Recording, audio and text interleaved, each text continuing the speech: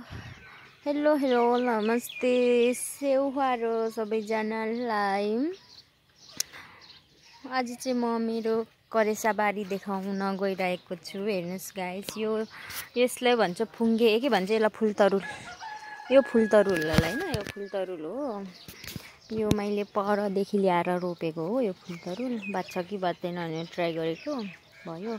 अनि यो पिण्डालु, यो पिण्डालु हेर्नुस् चाहिँ गाइस, यो लन्ते पिण्डालु हो। यहाँनिर कस्तो मिठो हुन्छ यो खाँदा। अनि यहाँनिर चाहिँ यो रुख टमाटर हो है। यो रुख टमाटर तर यो फल्दैन रहेछ क्या। यहाँनिर फुल्छ अनि फुल झरिहाल्दो रहेछ। यहाँ राम्रै हुँदैन रहेछ गाइस। यहाँनिर मैले कोला पनि रोपेको छु। कोला हेर्नुहोस् त गाइस, कोला कति सानो हुँदैछ, भर्खर आउँदैछ। अनि यहाँ मैले फर्सी लगाएको छु, फर्सीहरू। अनि मकै पनि भर्खर उम्रिँदैछ। लट्टेहरू मजाले उम्रिरहेछ। अनि यहाँ ड्र्यागन फ्रुट रोपेको हो, तर यो अलिक सुकेर कामै लागेन, हुँदैन कि के हो। अनि लट्टे, अनि हेर्नुहोस् गाइस, यो मकै हो। मकै पनि के भन्नु है, मकै फल्नु लागिरहेछ। तर यो माथि टुप्पा यसको के भन्छ, यसलाई के भन्छ पो, यसको नाम दानचमरा के पो।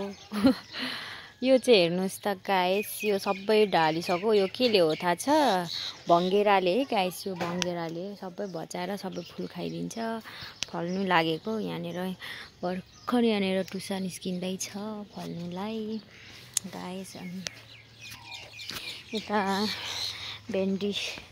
भेन्डी पनि हुँदैछ। भेन्डी त तर कसैलाई मन पर्दैन, त्यो भएर भेन्डी सबै छिप्पेर गइसक्यो है।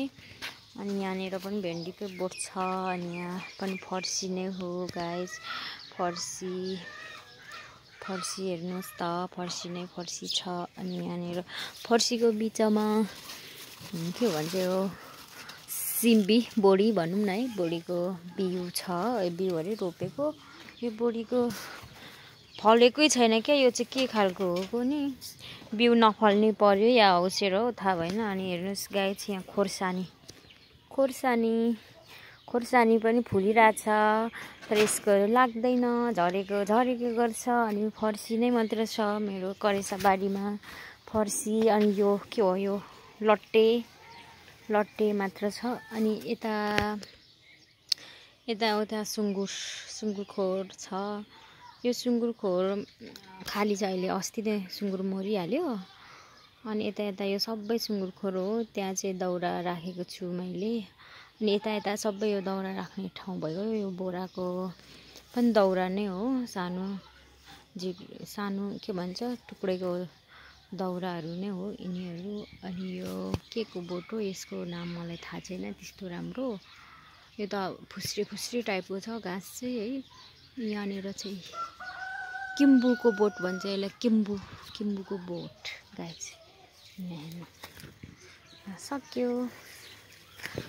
सक्यो। अनि यहाँ कुखुराले चाहिँ हेर्नु न ल गाइस, कुखुराले यसरी मेरो मकै भर्खर उम्रिँदै गरेको टुसा सबै खाइदिएर छुट्याइसक्यो। सबै खाइसक्यो। अब यो कुखुरालाई भोलिदेखि त के गर्नु, नछोड्नु पर्ला। यहाँ हेर्नु त गाइस, मेरो कुखुराको चल्लाहरू पनि छ। कुखुराको माउ यो दुईटा, यो यसकै बच्चाहरू हो, ठुलो। अनि मेरो फुलबारी आयो, मेरो फुलहरू यिनीहरू। तर कस्तो राम्रो फुल छैन यो बाहिर रोपेको फुलहरू चाहिँ। घामले गर्दाखेरि, घामले ओइल्याएर है, अब भित्रको जस्तो हुँदैन रहेछ। यो कस्तो हरियो हुनुपर्ने, तर हेर्नु गाइस, यो भनेको कस्तो भइरहेछ, ओइलिरहेछ क्या सबै घामले ओइल्याएको। तर यो एउटै बोटमा यो दुई खालको छ है गाइस, दुई खालको। अनि यहाँनिर प्लान्टहरू हो, यिनीहरू सबै प्लान्ट हो, स्नेक प्लान्ट हो। यहाँ हाम्रो फिस्टी छ, कालीबुढी आउँदैछ होमवर्क गरिसकेर। अनि यता भनेको हाम्रो बाहिर हो गाइस, यो बाहिरको प्यासेज। यो फुल यस्तो राम्रो फुल्छ, यो फुल राम्रो फुल्छ। तर यहाँ हेर्नु न, भङ्गेराले हगेको पनि छ जस्तो छ ठाउँ। यो कस्तो राम्रो फुल्छ, यत्रो यत्रो बक्क बक्क राम्रो फुल्छ। यो पनि राम्रै फुल्छ, यो पनि राम्रै खालको फुल्ने हो। यो पनि कुसुमे कलरको फुल्ने हो, सानो सानो फुल्छ। अनि यता हेर्नुहोस् गाइस, मेरो फुल यहाँ पनि छ। यहाँनिर हेर्नुहोस्, यो भनेको घाम लाग्दा चाहिँ फुल्दो रहेछ, बिहान बिहानै फुलिराखेको हुन्छ।